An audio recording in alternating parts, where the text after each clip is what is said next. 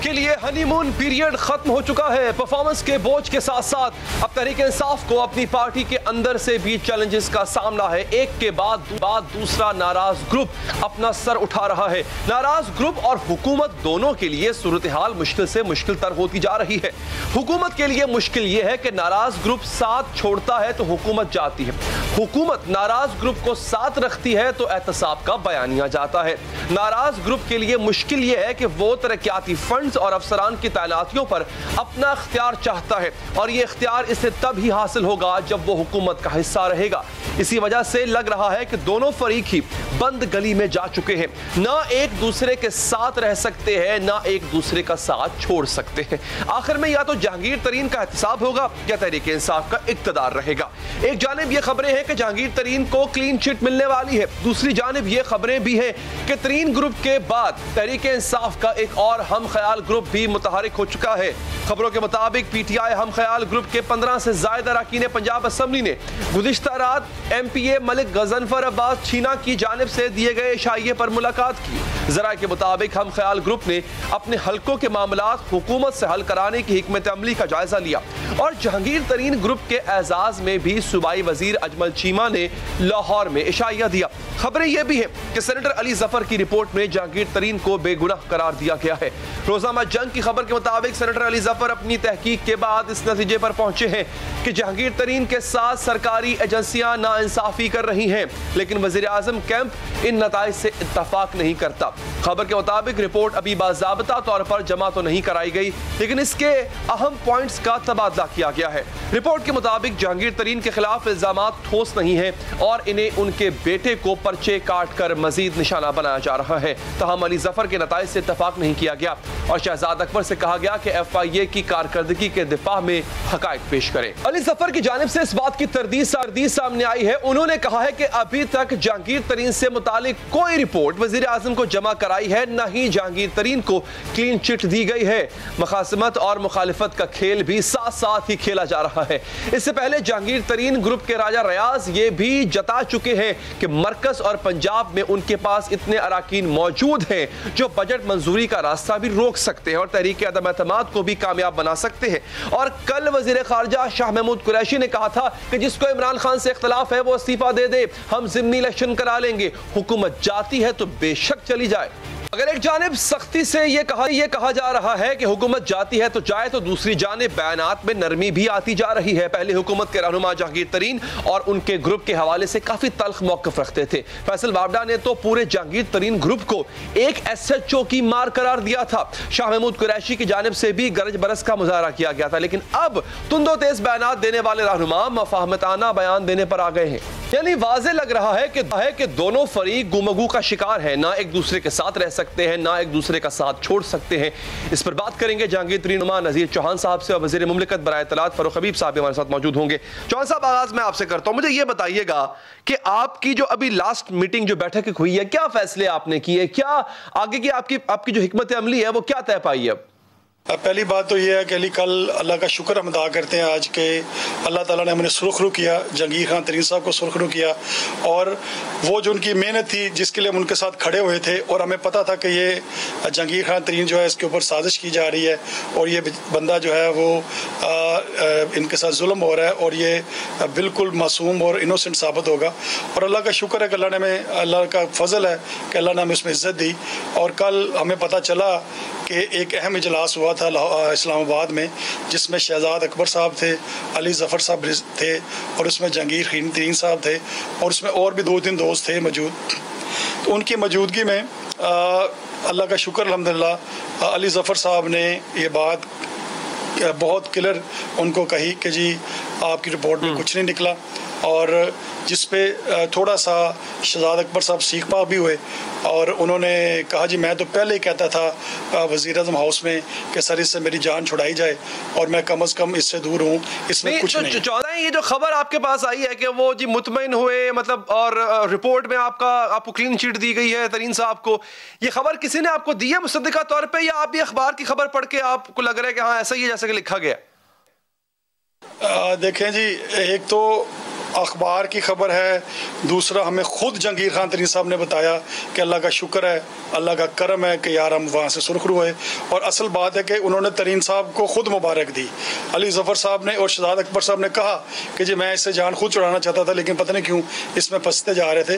तो अल्हम्दुलिल्लाह जब ये तीनों लोग बिलमुशावा बैठे हुए हैं तो शुक्र अल्हम्दुलिल्लाह। फिर हमें इसमें अल्लाह ताला का शुक्र अदा करना चाहिए। लेकिन चौहान साहब ये बताएं, अभी तो रिपोर्ट जमा भी ऑफिशियल नहीं हुई है, ये उन्होंने वर्बल रिपोर्ट दी है अली ज़फ़र साहब ने प्राइम मिनिस्टर साहब को, और प्राइम मिनिस्टर साहब ने भी कोई खास, या उनके जो कैंप के बाकी लोग हैं जिनका आप जिक्र भी कर रहे हैं, उन्होंने भी कोई तसल्ली का इज़हार नहीं किया, वो भी मुतमईन नहीं हुए इस रिपोर्ट से। तो जब तक ऑफिशियल नहीं होती रिपोर्ट तब तक आप कैसे कह सकते हैं कि आप लोग सुरखरू हो गए? देखें, पहली बात तो यह है कि आप अली भाई ज़हन में रखें कि हम जब 32 MPs और 10 MNs मिलने गए थे वज़ीर-ए-आज़म पाकिस्तान इमरान खान साहब को, तो हमने वहाँ जाके ये सबमिशन रखी थी सर कि हमें आपसे सिर्फ एक रिक्वेस्ट है, हमें इंसाफ दे दें। हम सिर्फ आपसे मिलने ये हैं, ये नहीं कहने हैं कि अभी आप कल जहांगीर खान तरीन साहब को आप यहाँ से एक फ़ोन करें, उनके तमाम केसेस माफ़ हो जाएँ। हम ये नहीं मुतालबा रखते। हमारा सिर्फ ये इंसाफ था, उस वक्त का ये पॉइंट हुआ था कि आपका जो वज़ीर-ए-आज़म कैंप है वो इस्तेमाल हो रहा है। बराए मेहरबानी आप FIA के अंदर जो यहाँ से जो रिपोर्ट्स जाती हैं और FIA को जाकर धमकाया जाता है कि जहांगीर खान तरीन को 1 मिनट में पहले गिरफ्तार करो, बाद में देखी जाएगी, तो ये क्या हो रहा है?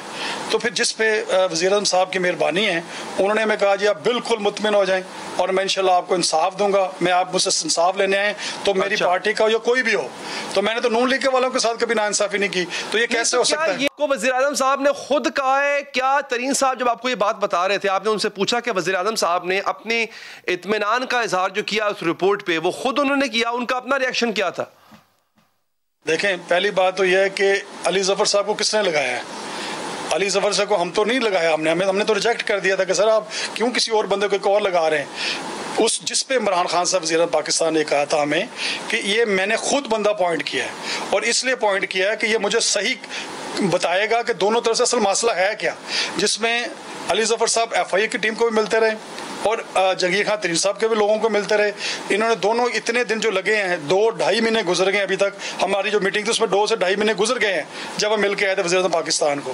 तो इतने दिन बाद आज वो फैसला माशाल्लाह कल आ जाए, परसों आ जाए, तो मेरा ये ज़ाती ख्याल है कि क्योंकि लगाया भी अली ज़फ़र साहब को वज़ीर-ए-आज़म पाकिस्तान ने था, और अगर उनका ये फैसला मानन कुरान सच है कि यार इसमें जहांगीर खान तरीन साहब गिल्टी नहीं है और उनको जिससे फंसाया जा रहा है, उनके साथ सियासत की जा रही है, तो मेरा ये मान है कि जब इमरान खान साहब इस फैसले को जरूर मानेंगे और पब्लिक भी जल्दी करेंगे। अच्छा चौहान साहब, ठीक है, आप कह रहे हैं कि वज़ीर-ए-आज़म साहब नहीं लगाया अली ज़फ़र साहब को, जो वो कह रहे हैं वही उस पर मुतमईन हो जाएंगे, लेकिन वज़ीर-ए-आज़म साहब के और भी करीबी लोग हैं, शाह महमूद कुरैशी साहब हैं, फैसल वाडा साहब हैं, वो जो आपके बारे में बात कर रहे हैं वो कोई अच्छी बात तो नहीं कर रहे आपके। वो कह रहे हैं जनाब आपने अगर इमरान खान की मुखालफत करनी है, ये कुरैशी साहब कह रहे हैं, तो आप कल इस्तीफा दें, हम ज़िमनी इलेक्शन करवा देंगे। फैसल वाडा साहब ने तो ये तक कह दिया है कि आप यानी आपका पूरा जो जहांगीर तरीन ग्रुप है वो एक SHO की मार है। मुझे अली भाई ये बताएं, ये कैसी रियासत मदीना हो गई कि जिसके अंदर हम हज़रत उमर बिन खत्ताब रज़ी अल्लाह ताला के ओहदे पे बैठा, उसके गिरबान को हाथ पकड़े पूछ भी नहीं सकते कि आप गलत कर रहे हैं। भाईजान फिर रियासत मदीना तो ना हुई, ये तो यजीदियत मदीना हो गई, ये तो यजीद का फिर हुक्मरान बन गया ना। देखिए जो इमाम हुसैन अलैहिस्सलाम थे वो भी कहते थे कि मैं नबी सल्लल्लाहु अलैहि वसल्लम को नवासा हूं, मेरी बात को सुनो। इधर यजीद भी कहता था कि नहीं, उनके साथ भी हजारों थे अपना हाफिज़ कुरान। तो इसका मतलब फिर ये हम कौन सी रियासत मदीना बना रहे हैं? भाईजान मैं पूछूंगा, मैंने सवाल करना है, मैं सवाल करूंगा चाहे वो इमरान खान हो या कोई भी हो। अच्छा, अब इसमें इमरान खान साहब जाती ले जाते हैं इस चीज को, तो उसमें मेरा कसूर तो नहीं है। इमरान खान साहब को चाहिए कि एक बंदा ठीक बोल रहा है और सच की बात कह रहा है, मुझे तो कुछ नहीं चाहिए इमरान खान साहब से। मुझे इमरान खान साहब मैंने क्या मांग लिया? चौहान, ये मैंने अब जब से ये सिलसिला पूरा शुरू हुआ, आपका ग्रुप बना है, उस वक्त से लेके अब तक या उंगलियां आप शहजाद अकबर पर उठाते हैं, आपसे मुराद आपका पूरा ग्रुप, या आप उठाते हैं आजम खान साहब पे, ये उन्हीं की तरफ इशारे क्यों जाते हैं आपके? आपको क्या लगता है आपके मुताबिक प्राइम मिनिस्टर हाउस में जो कुछ हो रहा है और आपके खिलाफ जो कुछ हो रहा है या तरीन साहब के खिलाफ जो कुछ हो रहा है वो यही दो कर रहे हैं? अली भाई एक बात तो बताएं, देखें मुझे ये बताएं, 12 साल वो 3 से 15 साल हमने काम किया है PTI के लिए, हम किस नजरिए पहले क्या था, पहले ये डिसाइड कर लें। तब्दीली, लोगों की सोच तब्दीली, ये लोग कौन आके बैठ के जिनको पता ही नहीं, हमें इतनी दुनिया इकट्ठी हुई थी कि मुल्क के अंदर और एक दफा पाकिस्तान को बदलना है। अब पाकिस्तान उन्हीं चीजों में जाकर तरीके इंसाफ मर रही है, तो ये किन लोगों के मशवरों पे मर रही है? क्या मुझे तकलीफ नहीं है? आप क्या समझते हैं जब मैं इस तरह मेरा सीना फटा है, जो मुझसे मुंह से बातें निकली हैं, तो आप क्या समझते हैं कि मुझे बहुत खुशी में मैंने बातें कही हैं? मुझे नहीं पता कि मैं एमपीए हूँ भाईजान, मैं एमपीए शिप पर लानत भेजता हूँ ऐसी पे कि मैं लोगों के काम ना कर सकूं। मुझे तो जरूरत ही नहीं है एमपीए बनने की, मैं तो तब्दीली के आया था। मुझे क्या पता था कि मैंने वही रवायती सियासतदान बन के तो रवायती बातें करनी है और 24 घंटे बस वही करना, मुझसे नहीं करना भाई ये काम। मैंने आपको कहा वज़ीर आज़म साहब भी इसी बात पे लोगों ने पसंद किया था कि वो तब्दीली की बात करते थे और उन्होंने कहा था कि मुल्क के अंदर तब्दीली लाएंगे। हम उनके इसलिए सिपाही बने थे ना, हमने ये करना अबूदुविया के नस्ताइन उनसे सीखा था ना, हमने रियासत मदीना नबी सल्लल्लाहु अलैहि वसल्लम की बातें सुनी थी ना। अच्छा चौहान साहब बहुत शुक्रिया, हमें ज्वाइन कर चुके हैं वज़ीर मुमलिकत जनाब फारूक हबीब साहब। हबीब साहब बहुत शुक्रिया आपके कीमती वक्त का। हबीब साहब ये तो हमें लग रहा है कि बाकायदा तौर पर आपसे चीजें मनवाई जा रही हैं। अच्छा अब मुझे ये बताएं इस रिपोर्ट के बारे में, जो इनका दावा अभी आपने चौहान साहब को सुना, वो कह रहे हैं अल्लाह का शुक्र हो गया है, हम सुरखरू हो गए हैं। ये जो रिपोर्ट है अली जफर साहब की, इसमें क्या वाकई जहांगीर तरीन साहब को क्लीन चिट मिल गई है? नहीं, देखिए बात यह है अभी तक तो कोई ऐसी रिपोर्ट ना तो जमा हुई है, ना ही किसी को क्लीन चिट देने का मामला है। इसमें दो पहलू हैं, ज़रा उनको क्लैरिफाई कर लेते हैं। पहला पहलू ये है कि एक तहफ़्फ़ुज़ात का इजहार किया जा रहा था, एक शिकायत बार बार आ रही थी कि जी हमारे ख़िलाफ़ कोई ऐसी कार्रवाई हो रही है कि किसी के कहने के ऊपर हो रही है। तो वज़ीर आज़म साहब ने एक इंटरनल अरेंजमेंट के तौर के ऊपर अली ज़फ़र साहब, जो कि हमारी पार्टी के सेनेटर हैं और वो वकील भी हैं, कानून को समझते हैं, उनको कहा कि आप इनकी शिकायत को चेक कर लें कि आया किसी किस्म का कोई इन्फ्लुएंस तो नहीं है। उनका सिर्फ काम यहाँ तक की हद तक है, फिर मैं क्लैरिफाई कर रहा हूँ, उनका काम सिर्फ यहाँ तक की हद तक है। जहाँ तक रही कमीशंस की जो रिपोर्ट आई, जिन रिपोर्टों की बुनियाद के ऊपर 21 शुगर मिलों के खिलाफ FIR दर्ज हुई, FIA ने काम करना शुरू किया, दीगर इदारों ने काम करना शुरू किया, वो एक अलग से सेपरेट पूरा इन्वेस्टिगेटिव एजेंसीज का काम है और अदालतों का काम है। उसके ऊपर ना तो अली जफर साहब की कोई फाइंडिंग असरअंदाज हो सकती है, ना ही अली जफर साहब जो है उन इदारों को जाके इन्फ्लुएंस करेंगे। तो ये दो पोजीशनें जो है वो क्लैरिफाई कर रहे हैं। इस चीज़ को तो बारहा जहांगीर तरीन साहब भी प्रेस कॉन्फ्रेंसेस जितनी मैंने उनकी सुनी हैं वो ये कह चुके हैं कि जी मैं इदारों को फेस करने को तैयार हूँ, मैं अदालतों को फेस करने को तैयार हूँ। लेकिन जो वो एक शिकायत का आंसर बार बार जिसको वो बड़ा करके, जिसको वो बार बार जोर दे के पेश करते थे, सिर्फ उसको चेक करने की हद तक अली जफर साहब की ड्यूटी। आके धमकियां भी देते हैं, वो आपने सुनी भी है कि अगर हमारे साथ ये ना किया तो हम ये कर देंगे, वो कर देंगे। इतना सादा मामला नहीं है ये। ठीक नहीं, देखें बात यह है कि जिन्होंने जो धमकी देते हैं, मिसाल के तौर के ऊपर आप अगर उनका देखें तो हालिया दिनों में जो उनकी तरफ से जो बयानात आए हैं, उन बयानात के अंदर तो किसी किस्म का वो आंसर शामिल नहीं है।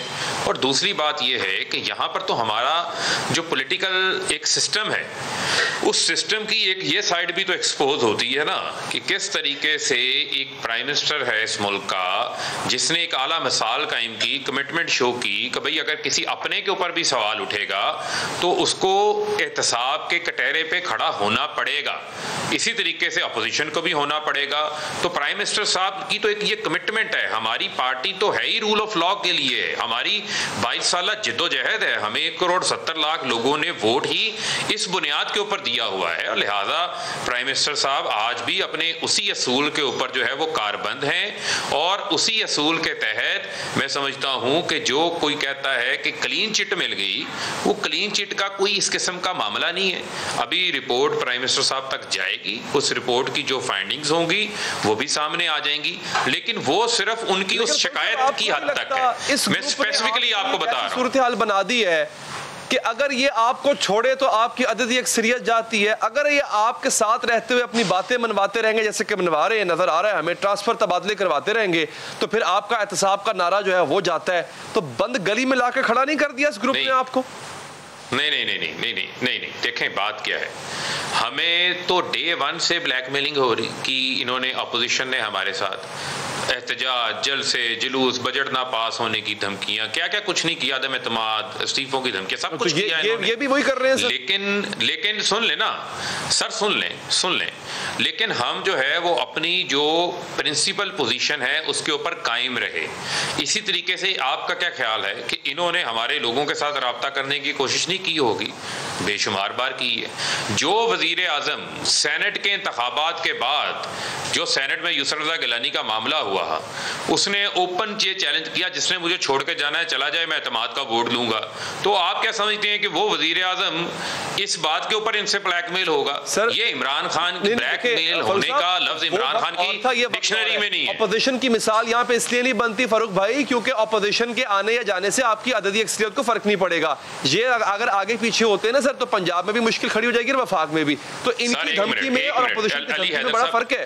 अब आप आ जाए, नहीं सर सुन लेना, चले हम धमकी, आप कहते हैं धमकी है, धमकी के ऊपर अमल दरामद कैसे होगा? मिसाल के तौर के ऊपर आप कहते हैं कि ये वो बात आप कर लेते हैं जी, बजट के ऊपर बात कर लेते हैं। तो पहली बात तो ये है कि मनी बिल के खिलाफ कोई भी शख्स जो आपकी पार्टी का मेंबर है, जो आज़ाद भी जीता, उसने अगर पार्टी ज्वाइन कर ली है तो इलेक्शन कमीशन में वो आपकी पार्टी का मेंबर है, वो बजट के ऊपर आपकी अगर मुखालफत करेगा तो उसके ऊपर डिफेक्शन क्लॉज जो है वो लागू होता है, वो भी नाअहल हो सकता है, बुनियादी चीज़ है। दूसरी चीज़ ये है कि जो आप किसी एक पार्टी के मेंबर होते हैं तो एक पार्टी के अंदर मेंबर होकर ना तो आप पार्लिमानी लीडर बन सकते हैं जब तक आपके पास अददी अक्सरियत ना हो, ना ही जो है वो आप अलग सीटों पर बैठने का मुतालबा कर सकते हैं। तो ये कानूनी मुताबिक ये तमाम चीज़ें जो है वो डूएबल नहीं है। It's now a political debate, क्योंकि तरीन साहब जो हैं वो पॉलिटिकली एक्सपोज्ड हैं, पॉलिटिकल पर्सनैलिटी हैं, लिहाजा ये तमाम चीज़ें जो है वो मीडिया पे आती हैं, आप लोग सवाल भी करते हैं। इसी पैरेलल जो है वो बाकी शुगर मिल्स के ख़िलाफ़ भी कार्रवाई हो रही है, उनके ख़िलाफ़ भी इन्वेस्टिगेशंस हो रही हैं और शायद उससे ज़्यादा तेज़ी से हो रही हों, लेकिन वो चीज़ें अंडर डिस्कशन नहीं आती। तो ये तासुर देना कि किसी एक शख्स के खिलाफ कार्रवाई हो रही है, ये हरगिज़ गलत है। यहाँ पर ऐसा माफिया सामने आया जो फॉरवर्डेड सौदे करके चीनी के रेट को बढ़ाता था, मार्केट को मैनिपुलेट करता था, वो 6-6 माह 3-3 माह के लिए जाली अकाउंट्स खोलता था। हम बड़े ऑब्जेक्टिव्स को भूल गए हैं, उस पर बात नहीं हो रही और एक ऐसी चीज़ को लेके बैठ गए हैं जो कि पॉलिटिकल अहमियत रखती है, इस वजह से वंडर डिस्कशन है। तो लिहाजा जब हम बात करें तो इन हॉलिस्टिक व्यू हमें बात करनी चाहिए। फिर मैं आपको बार बार कहूंगा कि इमरान खान साहब आज भी अपनी जो प्रिंसिपल पोजीशन है उस पर खड़े हैं। इक्तदार में आना उनकी कोई ज़रूरत नहीं थी भाई मेरे। इमरान खान की तो अल्लाह ने पहले इज्जत दी, क्रिकेट में दी, सोशल वर्क किया, पूरी दुनिया जानती थी, वो इशू नहीं है। वो तो पाकिस्तान के लिए काम कर रहा है, वो तो पाकिस्तान की आवाम के लिए काम कर रहा है। और जब तक हम अपने नज़रिए के ऊपर खड़े हैं, हमारी स्पोर्ट बेस जो है वो हमारे साथ खड़ी है, ये हम बड़ी अच्छी तरह से समझते हैं। ठीक है फारूक साहब, बहुत बहुत शुक्रिया आपके कीमती वक्त का। अब नाज़रीन आगे बढ़ेंगे। तहरीक इंसाफ की हुकूमत सेहत के मैदान में इनकलाबी इकदाम उठा रही है। पंजाब में हर शख्स को 10 लाख रुपए तक मुफ्त इलाज की सहूलत 2021 तक मैसर आ जाएगी। 4 माह पहले खैबर पख्तूनख्वा मुफ्त इलाज की सहूलत देने वाला पहला सूबा बन चुका है, जहां सूबे के हर फर्द को मुफ्त तिब्बी सहूलत दी जा रही है। बड़ी बीमारियों के महंगे इलाज के लाखों रुपए हुकूमत खुद अदा कर रही है। खैबर पख्तूनख्वा के बाद अब PTI हुकूमत इस शानदार मंसूबे को दूसरे सूबों में भी फैला रही है। पंजाब में भी सेहत सहूलत प्रोग्राम का बाकायदा आगाज हो चुका है। आज पंजाब की 2 डिवीजनों के अवाम के लिए भी सेहत सहूलत कार्ड की सहूलत फराहम कर दी गई है। लिया में सेहत सहूलत कार्ड के इजरा की तकरीब से खिताब में वज़ीर आज़म इमरान खान ने कहा था कि चाहता था कि पंजाब के हर खानदान के पास हेल्थ कार्ड हो। अब पैसे ना होने की वजह से कोई भी खानदान इलाज से महरूम नहीं रहेगा। हर खानदान के पास हेल्थ इंश्योरेंस होगी 7,20,000 रुपए की। सिर्फ गवर्नमेंट हॉस्पिटल नहीं, किसी भी अस्पताल में जाके अपना इलाज करवा सकते हैं 7,20,000 रुपए पे। अगर उनके पैसे खत्म हो गए तो मजीद 3 लाख और दिया जाएगा ताकि वो अपना इलाज पूरा कर सके, मुकम्मल कर सके। पाकिस्तान पहला वो मुल्क वो काम कर रहे हैं जो शायद ही दुनिया में कहीं ऐसा है। ये जो सिस्टम हम लेके आ रहे हैं दुनिया में नहीं है। Universal health coverage. Sahiwal division और डेरा गाजी खान डिवीजन में सेहत इंसाफ कार्ड के इजरा के बाद अब इन दोनों डिवीजनों के 7 अजला की मुकम्मल आबादी को 10 लाख रुपए तक की मुफ्त हेल्थ इंश्योरेंस की सहूलत मिल चुकी है।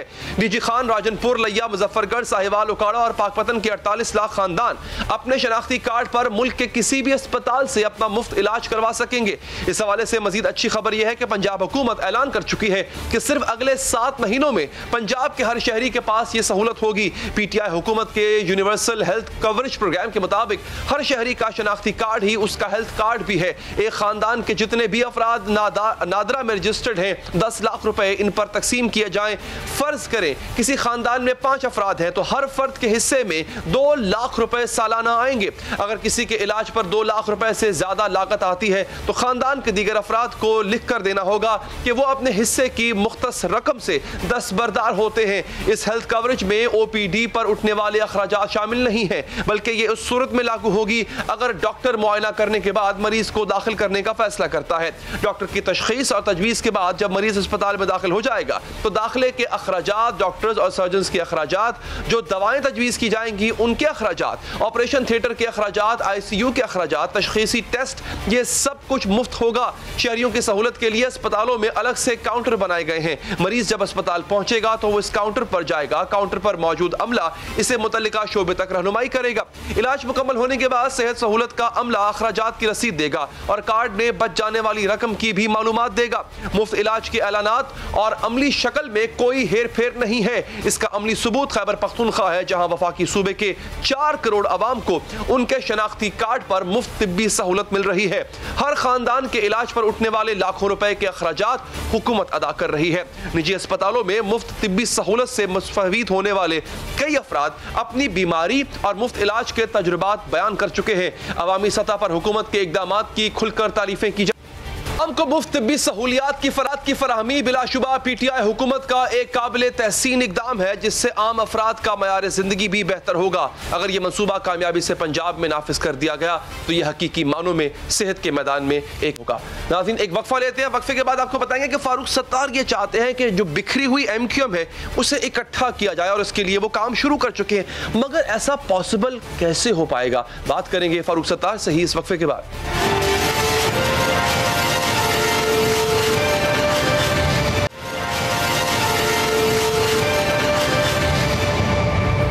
कराची की नुमाइंदा सियासी जमात MQM का शेराजा बिखर चुका है। मुत्तहिदा कायद के बाद MQM लंदन और MQM पाकिस्तान बनी। फिर MQM पाकिस्तान भी 2 धड़ों में तकसीम हुई। एक धड़ा बहादुराबाद ग्रुप कहलाया, दूसरा धड़ा PIB ग्रुप कहलाया। इसी MQM से पाक सरजमीन पार्टी भी निकली। रही सही कसर साबिक मेयर कराची वसीम अख्तर की कारकर्दगी ने निकाल दी। इस वक्त कराची मसाइल में घिरा है और यह सिलसिला कहीं रुकता नजर नहीं आ रहा। पीने के साफ पानी का मसला है, जो पानी आ जाए इसकी नकासी का मसला है, कचरा ठिकाने लगाने का मसला है, पब्लिक ट्रांसपोर्ट का मसला है। कराची के मसाइल कौन हल करेगा? कायदे आजम के शहर को कौन संभालेगा? एक MQM थी जो बिखर गई, एक तहरीक इंसाफ है जो मकबूलियत खो चुकी है, एक पीपल्स पार्टी है जो उन्होंने सिंध से ज्यादा वोट लेकर हुकूमत तो बना लेती है लेकिन कराची को बेयारो मददगार छोड़ देने का इल्जाम भी सहती है, एक पाक सरजमीन पार्टी है जो कोई नशिस्त लेने में कामयाब नहीं होती है। MQM से निकाले गए फारूक सत्तार MQM बहाली के लिए कोशिशें कर रहे हैं लेकिन बात बन नहीं रही। इस वक्त कोई एक सियासी जमात ऐसी नहीं है जो दावा कर सके कि उसे कराची में अक्सरियत की हिमायत हासिल है। इस वक्त कोई एक सियासी जमात ऐसी नहीं जो कराची के लिए काम कर रही हो या कराची के लिए कोई तवाना आवाज उठा रही हो। मुंतशिर आवाजें उठती हैं लेकिन उठने के बाद फिर मुंतशिर हो जाती हैं। बस पीपल्स पार्टी के खिलाफ बयानात देकर समझ लिया जाता है कि जिम्मेदारी पूरी कर ली गई। यही सब कुछ MQM भी कर लेती है, पाक सरजमीन पार्टी भी करती है और PTI भी करती है। आज पाक सरजमीन पार्टी के चेयरमैन मुस्तफा कमाल ने कहा है कि पीपल्स पार्टी का जुल्म रुकने का नाम नहीं ले रहा। 14 सालों में एक कतरा नया पानी नहीं है कराची सिंध के शहरी इलाकों के लिए। एक ट्रांसपोर्ट की नई बस नहीं है 15 सालों में। इस शहर में एक नई नौकरी नहीं है। कोई डाउट ही नहीं है कि ये जो सिंध की सूबाई हुकूमत है ये तासुब ज़दा हुकूमत है, जिसे कहते हैं कि नफरत करने वाले लोग इस तरह के जो उनके इक़दामात हैं। MQM भी पीपल्स पार्टी को इल्जाम देकर बरियो जिम्मा हो जाती है। सोमवार के रोज MQM के senior deputy convener Aamir Khan ने कहा पीपल्स पार्टी कराची के नौजवानों से नौकरियों का हक छीन रही है। आमिर खान के मुताबिक सिंध के शहरी इलाके इस वक्त तक की नहीं कर सकते जब तक पीपल्स पार्टी हुकूमत खत्म नहीं की जाती। गुज़िश्ता 13 सालों से सिंध के ऊपर एक ऐसी हुकूमत मुसल्लत है कि जिसने सिंध को खंडर में तब्दील कर दिया है। इंतहाई मुतासिब, नस्ल परस्त, बदउनवान, करप्ट सिंध हुकूमत जिसने पूरे सूबे को तबाह बर्बाद कर दिया है। अहम बात यह है कि पीपल्स पार्टी को इल्जाम देने वाली मुत्तहिदा कौमी मूवमेंट खुद मुत्तहद नहीं है। एमक्यूएम से निकाले गए फारूक सत्तार इसे बहाल करने की तहरीक चला रहे हैं, लेकिन इन्हें पजीराई नहीं मिल रही। इन्हीं फारूक सत्तार ने इस साल माह रमजान के बाद कराची के मसाइल पर तहरीक चलाने का ऐलान किया था, लेकिन वो ऐलान अभी तक अमल की राह देख रहा है। मैंने वादा किया था कि मैं नजरियाती तहरीक और तहरीक एमक्यूएम को बहाल करूंगा, कायम करूंगा। रमजान के बाद इन सारे मसाइल पर हमें तहरीक चलानी है। अगले साल यौम तासीस 2 जगह पर नहीं होंगे, एक जगह पर होगा इंशाअल्लाह। पीटीआई तवक्कुआत पर पूरा ना उतरी, एमक्यूएम बिखर गई। पीपल्स पार्टी को कराची से वोट नहीं मिलता, इसलिए इसे कराची के मसाइल से दिलचस्पी भी नहीं है। तो फिर कराची के मसाइल कौन हल करेगा? इसका जवाब लेंगे एमक्यूएम बहाली सरबरा जनाब फारूक सत्तार साहब से। सत्तार साहब, शुक्रिया आपके वक्त का। सर ये बताइएगा, आहिस्ता आहिस्ता हम देख ही रहे हैं कि उर्दू बोलने वाले या महाजर या कराची के जो शहरी आबादी है उनकी नुमाइंदा जमात हुआ करती थी, एमक्यूएम बिखर गई, कई धड़ों में तकसीम हो गई। आपका जो प्लान है जरा वो समझाइए कि आपने क्या प्लान ऑफ एक्शन रखा हुआ है इस बिखरी हुई एमक्यूएम को इकट्ठा करने का? पहली बात तो ये कि उर्दू बोलने वाला तबका या जिसे हुर्फ़-ए-आम में महाजिर, जिसमें और दीगर ज़बानें बोलने वाले भी शामिल है, जिनके आबा अजदाद ने हिंदुस्तान के अक़लियती सूबों से पाकिस्तान की तरफ हिजरत की थी, जो कसरत से सिंध के शहरी इलाकों कराची, हैदराबाद, सक्कर, नवाबशाह और मीरपुर ख़ास में आबाद हैं, उनका एक अलमिया रहा है, एक एहसास महरूमी है, जिसके लिए ये एक्चुअली APMSO, फिर महाजिर कौमी मूवमेंट, फिर एमक्यूएम बनी और उसका सफ़र आपके सामने है। और वो उसको कितना उरूज मिला, फिर जो गलतियाँ हुई या उसके ख़िलाफ़ साजिशें हुई, और आज एक मुंतशिर और मुनक़सिम सूरत में है वो, जैसा कि आपने कहा। लेकिन ये 12 सालों में हमारी इस सूरत हाल को लेकर सिंध के जो वडेरों ने और पीपल्स पार्टी ने जिस तरह की मुतासिबाना, गैर मुनसिफाना और ज़ालिमाना पॉलिसी इख्तियार की, उसके नतीजे में अभी एहसास महरूमी बढ़कर एहसास बेगानगी और मुकम्मल एहसास अदम तहफ़्फ़ुज़ में तब्दील हो गया है। एक वाक़या 1985 में हुआ था। बुशरा जैदी एक कॉलेज की तालिबा थी जो एक मिनी वैगन के नीचे आके कुचल गई थी, और उस वक्त भी लोगों के जज्बात कोटा सिस्टम की वजह से, जिसमें दाखिलों पर में पाबंदियाँ थी, उन पर जो शहरी इलाकों में तलबा और तालिबात अच्छी मेरिट और नंबर के बावजूद कोटा सिस्टम उनकी रुकावट बनता था। इसी तरह नौकरियों में फिर फंड्स की दस्तयाबी नहीं थी। कराची आज भी 4000 अरब रुपए के वसाइल वफाक को फराम करता है, इसी तरह हज़ारों अरब सूबे को फराम करता है, लेकिन कराची को 40 अरब रुपए मुश्किल से मिलते, जो 1% भी नहीं है। और 1100 अरब का जो ऐलान हुआ वो भी नहीं मिल रहा। फिर ये कोटा सिस्टम जो ख़त्म हो गया, उस एक नोटिफिकेशन के तहत गैर आईनी तौर पर 40 साल इसकी उम्र ख़त्म हो गई है, अब कोई कोटा सिस्टम नहीं है। लेकिन वफाकी महकमे हो, सूबाई महकमे हो, उसमें सिंध के शहरों से कहा जाता है कि आप दरख्वास्त देने की ज़हमत ना करें। अब इस सूरत में मैं समझता हूँ कि एक सियासी खला है। ये सिर्फ महाजिरों की और सिंध में रहने वाली तमाम इकाइयाँ जो मजलूम हैं, सब सफ़र कर रही है। 12 सालों में एक कतरा इजाफी पानी नहीं आया, 65 करोड़ गैलन पानी के मंसूबे पर कोई काम नहीं हुआ। सर्कुलर ट्रेन रद्दी की टोकरी में ये मंसूबा आज भी, कचरा उठाने का निज़ाम, निकासी, आप गटर जगह जगह उबल रहे हैं, और बेरोज़गारी और महंगाई वो पूरे मुल्क में, और फिर कराची में उसकी सबसे ज़्यादा शरह है। ऐसी सूरत को लेकर ये सिर्फ उर्दू बोलने वालों और महाजिरों का मसला नहीं रहा, अब ये सिंध के शहरों में और कराची में। लेकिन सर देखिए, मैं आपकी ये बात ठीक है, आप जो मसाइल बता रहे हैं वो अपनी जगह दुरुस्त, लेकिन फारूक सत्तार साहब, इन मसाइल का अदराक तो उन धड़ों को भी है, वो भी यही बात कर रहे होते हैं आवाम को और यही बात करके वोट मांग रहे होते हैं। लेकिन क्या आप ये बताना पसंद करेंगे कि इन धड़ों को आप किस तरह कायल करेंगे, क्या बता के कायल करेंगे कि भैया आपका अब इकट्ठे होना जरूरी है? उसके लिए मतलब आप आफाक ग्रुप को क्या कहेंगे, आप PSP को क्या कहेंगे, आप खालिद महबूब सिद्दीकी साहब से क्या बात करेंगे? वो आपकी पेशरफ्त कहां से होगी? देखिए देखिए, वो मेरा मिशन जो आपके सामने है तंजीम बहाली, वो पहला स्टेप है। कराची में MQM के तमाम जो मुनकसिम और मुंतशिर जो मुख्तलिफ धड़े नज़र आते हैं, उनको किसी तरह एक जगह पर जमा करना और उसमें जो ख़राबी और बिगाड़ है उसको ख़त्म करना। जो माजी में गलतियाँ हुई, 4 साल का बल्दियाती दौर जिसमें शायद इतना तवील क़याम करने की बजाय 3 साल में इसको खैरबात कह दिया जाता अगर इख्तियारात और वसाइल नहीं मिल रहे थे, तो इख्तिदार में बैठना, कुर्सी में बैठना जो मुनासिब नहीं था, उसकी इस तरह की गलतियों की माफ़ी मांगना। और बड़ी मतलब है कि बड़ी तादाद में 35 साल से कम उम्र के लोगों को 40 साल से इंट्रा पार्टी इलेक्शन करा के 35-40 साल से कम उम्र के लोगों को आगे लाना तंजीम के स्ट्रक्चर में, और फिर बल्दियाती इंतखाबात में भी 65% उम्मीदवार 35 और 40 साल से कम उम्र के हो। एक कम उम्र मेयर, एक डेप्यूटी मेयर, एक हमारी शहर की बेटी होनी चाहिए। नए लोगों को जो है वो आगे लाकर मौका देना, और ये क़यादत का भी एक सक्सेशन हो जाएगा। नए लोगों को भी हम आखिरी 10 ओवर खेल रहे हैं, 40 ओवर हम खेल चुके हैं, चाहे वो PSP में मुस्तफ़ा कमाल हो, चाहे MQM हैदराबाद में सरबरा खालिद मकबूल सिद्दीकी हो। जो मैं नाम ले रहा हूँ, इन्हें और हम सबको सोचना होगा, सर जोड़कर बैठना होगा और कोई ना कोई रास्ता ऐसा निकालना होगा। इनमें से आपका राब्ता किस किस से हुआ है और वो आपको जवाब क्या दे रहे हैं फारूक सत्तार साहब?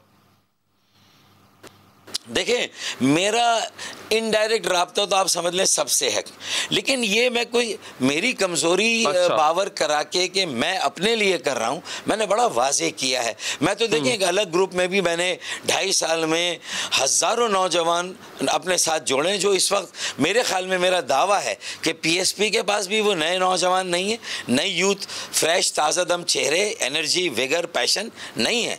मेरे पास है। मेरे जलसा 26 मार्च का अगर उसका क्लिप आप देख लें, और उससे पहले 25 मार्च का मेरे हैदराबाद के साथियों का, तो वहाँ KMC के ज़ाहिर जो मुलाजमत पेशा जो MQM के ज़माने में भर्ती हुए, वो लोग तो आते हैं बेचारे अपनी नौकरियाँ बचाने, अपने ट्रांसफ़र पोस्टिंग के लिए, लेकिन जो नई लीडरशिप, नई क़यादत, नए चेहरे अल्लाह के फजल करम से मैंने जोड़, तो मैं अकेला भी बहुत कुछ करने की पोजीशन में हूँ, लेकिन उसके बावजूद मैं समझता हूँ कि मुझे भी अकेले ये काम नहीं करना। इस बेल को मंडे चढ़ाना है, सिंध के वडेरों को मुँह देना है, उन्हें पीछे धकेलना है, तो सबको मिलना होगा। और ये मैसेज मेरा जा चुका है।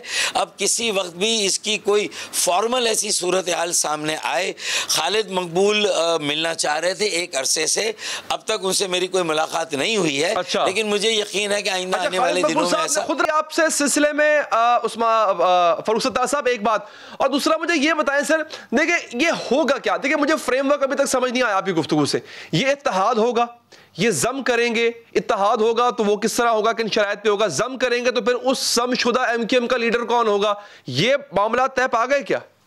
जी हाँ, बिल्कुल पैगाम भिजवाया था, और कई माह से ये नहीं अगेन, तो सर इसको आप स्टार्ट कहां से कर रहे हैं? मेरा देखिए अभी तक जो क्वेश्चन जो मैं पहले से पूछ रहा हूं, मतलब जब से आपसे गुफ्तगू शुरू हुई है अब तक ये क्वेश्चन पूछ रहा हूं, मुझे आप इसका किक स्टार्ट बता दें कि भैया फलां से बात हुई, फलां ने कहा अच्छा आओ के मिलके बैठते हैं, आपने कहा खालिद मकबूल सिद्दीकी साहब ने राब्ता हुआ, या उन्होंने आपसे राब्ता किया या आपने किया, उस राब्ते में क्या बातें हुई?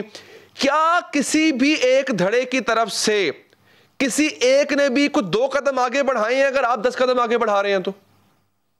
और ये मुलाकात एक सोच विचार करें, तफक्कुर है, तशवीश है कि यहाँ के हालात नागुफ्तबा हैं। कराची अरबों चलता है तो पाकिस्तान चलता है, मगर कराची ही खुदा ना खास्ता बैठ गया और ये सियासी खला पुर ना हुआ, जो PTI भी नहीं कर सकी। देखें, या तो पूरी की पूरी MQM को PTI ने रिप्लेस कर दिया होता, ये बात बिल्कुल वाजे हो गई, साबित हो गई। मुझ समेत MQM की 4 सीटें जो हैं ज़बरदस्ती हमसे छीनी गई थी काउंटिंग के वक्त। इसी तरीके से शहबाज शरीफ साहब की भी गालिबन सीट, मुझे लगता है बिलावल भुट्टो की भी सीट, चलें 8 सीटें PTI की अपनी, उनका वोट बैंक भी होगा, लेकिन 2.5 सालों में वो 18वीं तरमीम को रोते रहे, बल्दियाती इख्तियारात की पिटीशन सुप्रीम कोर्ट में नहीं चलवाई, K4 पर उन्होंने खुद भी काम कुछ नहीं किया, सर्कुलर ट्रेन पे उन्होंने काम नहीं किया, कराची पर PTI की तवज्जो नहीं रही, फिर ग्रास रूट पे उनकी कनेक्टिविटी और ऑर्गेनाइजेशन मौजूद नहीं।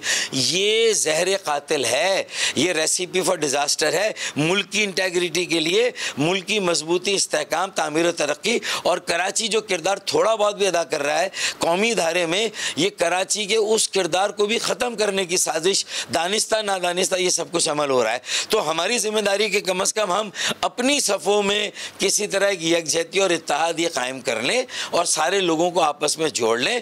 पहले अगर इस MQM का फैसला हो जाए, ये अच्छे हाथों में आ जाए, इसमें इंट्रा पार्टी इलेक्शन हो जाए। सर लेकिन फारूक सत्तार साहब यही बात वो करते हैं ना, लेकिन इनको इकट्ठा करने का एजेंडा क्या है आपके पास? देखें, मैंने कहा ना कि इनडायरेक्टली तो सभी से राब्ता है, लेकिन मेनली मेरा पहला फोकस इस MQM को देखें, क्योंकि MQM का नाम माजी में जिन चीज़ों की वजह से ख़राब हुआ, बिल्कुल अब लाइन खींचनी होगी। जैसे हमने 22 अगस्त के बाद 23 अगस्त की और एक लाइन खींची थी, इसी तरीके से हमें अपनी माजी की उस लेगेसी से भी अपने आप को बिल्कुल अलग करके लोगों का एतबार, उनका भरोसा और दोबारा हासिल करना होगा, और उसमें नई लीडरशिप, नई क़यादत को भी सामने लाना होगा। तो पहले में ये जो बड़ी पार्टी देखें, मरे से मरे भी आज भी 7.5 लाख का इसका वोट बैंक था। अब मेरे अलहदा इन्होंने मुझे किया तो वो 2.5-3 लाख का वोट बैंक और मुतासिर हुआ, लेकिन 4-5 लाख का ये वोट बैंक कायम रहना चाहिए। इसी बेस पर एक नई इमारत खड़ी होनी चाहिए। 25 लाख का वोट बैंक था 2008 में हमारा, 2013 में वो MQM के बानी के ज़माने में ही 14 लाख रह गया। हद से ज़्यादा खुद एतमादी थी, अपनी गलतियों को सुधारने की का कोई अमल नहीं था। मैंने जैसे ही बागडोर संभाली थी, मैंने कहा पहले इन गलतियों को सुधारना है, इनका इजाला करना है, इनका इतराफ़ करना है, और लोगों को नए सिरे से, नए जज्बे से, बेलौस और पुरखुलूस खिदमत के जज्बे से सरशार होके, अल्लाह का डर, लोगों का दर्द लेके फिर वैसी 84 वाली तंजीम बहाल करनी है। यह है तंजीम बहाली कमेटी का काम। उसमें PSP के कारकुनान भी इंशाल्लाह हमारे साथ आएंगे, जुड़ेंगे। मुस्तफ़ा कमाल क्या सोचते हैं, क्या फ़ैसला करते हैं, अनीस कायम खानी क्या सोचते हैं, क्या फ़ैसला करते हैं, मेरे ख्याल में मेरा मैसेज बड़ा लाउड और क्लियर है। फिर देखें, जो छोटे मोटे ग्रुप और भी हैं, आफाक अहमद हो या जो भी हैं, वो भी अपनी जगह पर चाहते हैं कि कोई किरदार अदा करें, वो भी अपनी अपनी जगह पर बात तो कर रहे हैं। तो मेरे ख्याल में जब वक्त मुनासिब होगा तो उनके साथ भी जो भी स्ट्रेंथ है उसको भी इसी धारे में, एक मरकजी धारे में सबको आना होगा और किसी के साथ खड़े होना होगा। कीमती वक्त का नाज़रीन, यहाँ पर एक वक्फा लेंगे, वक्फे के बाद आपको जस्टिस काजी फायज ईसा केस के हवाले से कुछ अहम अपडेट्स देंगे।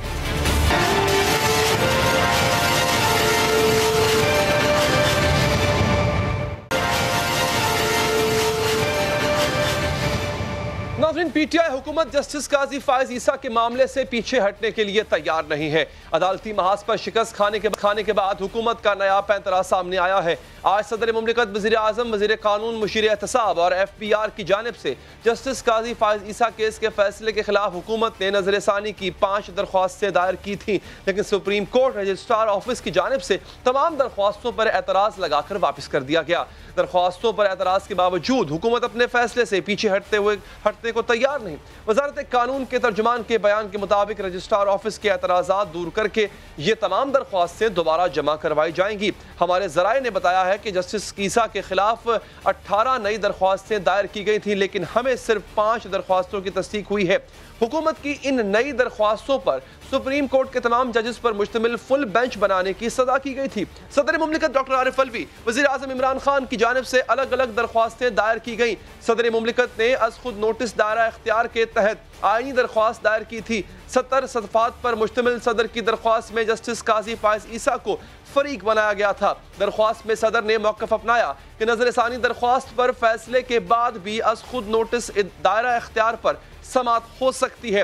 वफाकी हुकूमत और मुख्तलिफ इदारों की दरख्वास्तों में जस्टिस काजी फायज ईसा के खिलाफ सुप्रीम कोर्ट के तमाम जजेस पर मुश्तमिल फुल बेंच बनाने की इस्तदा की गई थी, लेकिन सुप्रीम कोर्ट रजिस्ट्रार ने जस्टिस फायज के खिलाफ तमाम नई दरख्वास्त से एतराज़ लगाकर वापस कर दी। रजिस्ट्रार ऑफिस ने एतराज़ लगाया कि एक केस में 2 मरतबा नजरसानी नहीं हो सकती। 2019 में जस्टिस काजी फायज ईसा के खिलाफ अहलिया के बैरून मुल्क असासों की मनी ट्रेल के हवाले से सदारती रेफरेंस दायर किया गया था। जस्टिस काजी फायज ईसा ने सदारती रेफरेंस के खिलाफ सुप्रीम कोर्ट के जून 2020 के फैसले के कुछ पैराग्राफ पर नजरसानी की दरख्वास्त दायर की थी और गुज़िश्ता माह 27 अप्रैल को सुप्रीम कोर्ट के 10 रुकनी बेंच की अक्सरियत ने जस्टिस काजी फायज ईसा नजरसानी की दरख्वास्त से मंजूर कर ली थी। हैरत की बात यह है कि जून 2020 के फैसले में 10 रुकनी बेंच ने मुतफ़िका तौर पर सदारती रेफरेंस को कालअदम करार दिया था, लेकिन हुकूमत ने इस फैसले के खिलाफ कोई नजरसान की अपील नहीं की, बल्कि मामला FBR को भेजे जाने के फैसले पर उसका खैर मकदम किया था। लेकिन गुज़िश्ता माह सुप्रीम कोर्ट ने अपने इस फैसले से रुजू करते हुए FBR की तमाम कार्रवाइयों को कालअदम करार दे दिया और अब हुकूमत नजरसानी के इस फैसले पर दोबारा नजरसानी चाहती है। क्या ऐसा मुमकिन हो सकता है? बात करेंगे हैदर वहीद साहब से। हैदर साहब, बहुत शुक्रिया आपके कीमती वक्त का। सर, जो हुकूमत चाह रही है, क्या ऐसा हो सकता है? क्या अब दोबारा नजरसानी की अपील दायर हो सकती है? देखें, आर्टिकल 188 जो कॉन्स्टिट्यूशन ऑफ पाकिस्तान का है वो खासा क्लियर है। उसकी अगर प्लेन लैंग्वेज देखें तो उसमें तो ये लिखा है कि सुप्रीम कोर्ट की किसी भी जजमेंट या ऑर्डर के खिलाफ रिव्यू हो सकता है, लेकिन जजमेंट्स ने इसको फिर जो है इंटरप्रेट इस तरह किया, जो कि एक वाहिद तरीका है इसको इंटरप्रेट करने का, कि ये जो रिव्यू है ये एक ही दफ़ा हो सकता है। इसलिए क्योंकि आप ये सोच सकते हैं कि अगर कोई जजमेंट या ऑर्डर रिव्यू हो सकता है और उसको कहीं रीड डाउन करके एक दफ़ा ना समझा जाए तो फिर तो 50वीं रिव्यू का भी रिव्यू हो सकता है। तो लिहाजा ये फिर सुप्रीम कोर्ट के जो रूल्स हैं उसमें ये बात दर्ज कर दी गई थी कि ये रिव्यू जो है वो किसी भी जजमेंट या किसी भी सुप्रीम कोर्ट के ऑर्डर का एक दफ़ा ही हो सकता है और एक दफ़ा से ज़्यादा नहीं हो सकता। जो ऑर्डर जो रिव्यू करता है किसी जजमेंट को, उस ऑर्डर को यानी रिव्यू नहीं किया जा सकता। लेकिन इसमें अगर अब आप बात करते हैं कि क्या ऑप्शंस गवर्नमेंट के पास मौजूद हैं, मेरे ख्याल से कोई विनिंग ऑप्शन। मुझे ये बताइएगा सर, आपकी अंडरस्टैंडिंग में अभी तक, चलिए आप ऑप्शंस बता लें, फिर मेरा सवाल ये वो बाद में जवाब दे दीजिएगा कि हुकूमत इस केस में से चाहती क्या है। आप पहले ऑप्शंस कंप्लीट कर लें, फिर इस सवाल का जवाब दे दीजिएगा। तो देखें, ऑप्शंस जो है ना, मेरा नहीं ख्याल कि कोई विनिंग ऑप्शंस हैं, लेकिन अगर कोई क्रिएटिवली चीज ट्राई करनी है तो क्यूरेटिव ज्यूरिसडिक्शन या के हवाले से अगर तो कोई कानून साजी हो जाती है, क्योंकि आर्टिकल 188 इस चीज़ की गुंजाइश देता है कि कानून साजी के ज़रिए से जो है वो रिव्यू में जो है अमल दखल किया जा सकता है, और जिसको अभी तक सुप्रीम कोर्ट रूल्स ने जो है जिसकी तशरीह की है और बड़े वाज़े तौर पे ये तशरीह की है कि रिव्यू करने वाले ऑर्डर का रिव्यू नहीं हो सकता। तो इस चीज़ को अगर फिर ऑर्डिनेंस के ज़रिए से अगर रिव्यू किया जाता है तो फिर देखा जाएगा कि ये ऑर्डिनेंस अपने आईनी तकाजे जो है वो पूरे करता है या नहीं करता। दूसरा ऑप्शन ये है कि क्यूरेटिव ज्यूरिसडिक्शन का एक कॉन्सेप्ट है जो पाकिस्तान के कवानीन में कोडिफाइड या स्टैचूट या आइन में तो नहीं है, लेकिन इंटरनेशनली इस चीज़ को रिकग्नाइज किया गया है कि अगर कोई ऐसी जजमेंट होती है, और ये अमूमन जो है वहीं जो है अप्लाई किया जाता है जहां बिलफर्ज कोई डेथ पेनल्टी नहीं थी ज्यूरिसडिक्शन में और सुप्रीम कोर्ट ने कहीं डेथ पेनल्टी दे दी और रिव्यू के ऑप्शंस भी ख़त्म हो चुके हैं, तो लिहाजा ऐसे लिटिगेंट को जो इस तरह की सिचुएशन से दरपेश हो तो वो क्यूरेटिव ज्यूरिसडिक्शन में, हालांकि रिव्यूज़ के ऑप्शंस ख़त्म हो चुके हैं, तो वहाँ एक रेमेडी अवेल कर सकता है। बट ये बहुत स्ट्रिंजेंट सर्कमस्टांसेस होते हैं और पाकिस्तान में ये चीज़ कोडिफाइड कम से कम नहीं है और इस तरह की ज्यूरिस्प्रूडेंस पे ड्रॉ किया जा सकता है। बट वहाँ भी जहाँ पे ये ड्रॉ किया गया है तो इन सर्कमस्टांसेस में मेरा नहीं ख्याल कि क्यूरेटिव ज्यूरिसडिक्शन जो है उसके पैरामीटर्स में ये बात आएगी कि अब एक रिव्यूड ऑर्डर का इस सब्जेक्ट मैटर पे रिव्यू फाइल किया जाए। आपने फिर पूछा मुझसे कि क्या वजह है कि गवर्नमेंट इतनी डेस्परेशन दिखा रही है इस हवाले से। जी, एग्जैक्टली। जी, अब देखें, इसमें तो कोई शक नहीं है कि जिस हद तक हुकूमत गई है तो काफ़ी इसमें डेस्परेशन नज़र आती है कि अब वो, क्योंकि उन्होंने नवे शेर के मुंह में हाथ दे दिया है, यानी कि एक ऐसे सुप्रीम कोर्ट के जज जो कि खैर से अब chief justice supreme court Pakistan भी बनेंगे, और अगर इलेक्शंस टाइम पे होते हैं तो उस वक्त वो सुप्रीम कोर्ट के चीफ जस्टिस भी होंगे। तो ये वही जज हैं जो दलेरी अपनी जो है दीगर जजमेंट्स में भी दिखा चुके हैं। तो लिहाजा जो है, अब दिलों के हाल तो मैं नहीं जानता, लेकिन अगर हम इन चीज़ों को जोड़ें तो इस वक्त जो हुकूमत की डेस्परेशन है उनके हवाले से, तो उसको शायद इन चीज़ों से समझा जा सकता है। लेकिन ये डेस्परेशन जो है फिर और ज़्यादा इस बात को और इस रिलेशनशिप को जो इतनी सावर अब प्रॉबेबली हो चुकी है उसको और सावर कर सकता है।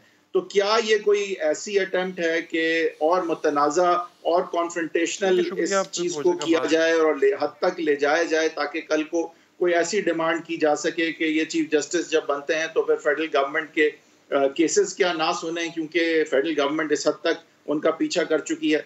मेरे ख्याल से ये भी चीज़ कामयाब नहीं होगी। इस तरह की बात में भी अव्वल और आखिर ये फैसला जज का होता है कि वो अपने आप को रिक्यूज करे या ना करे।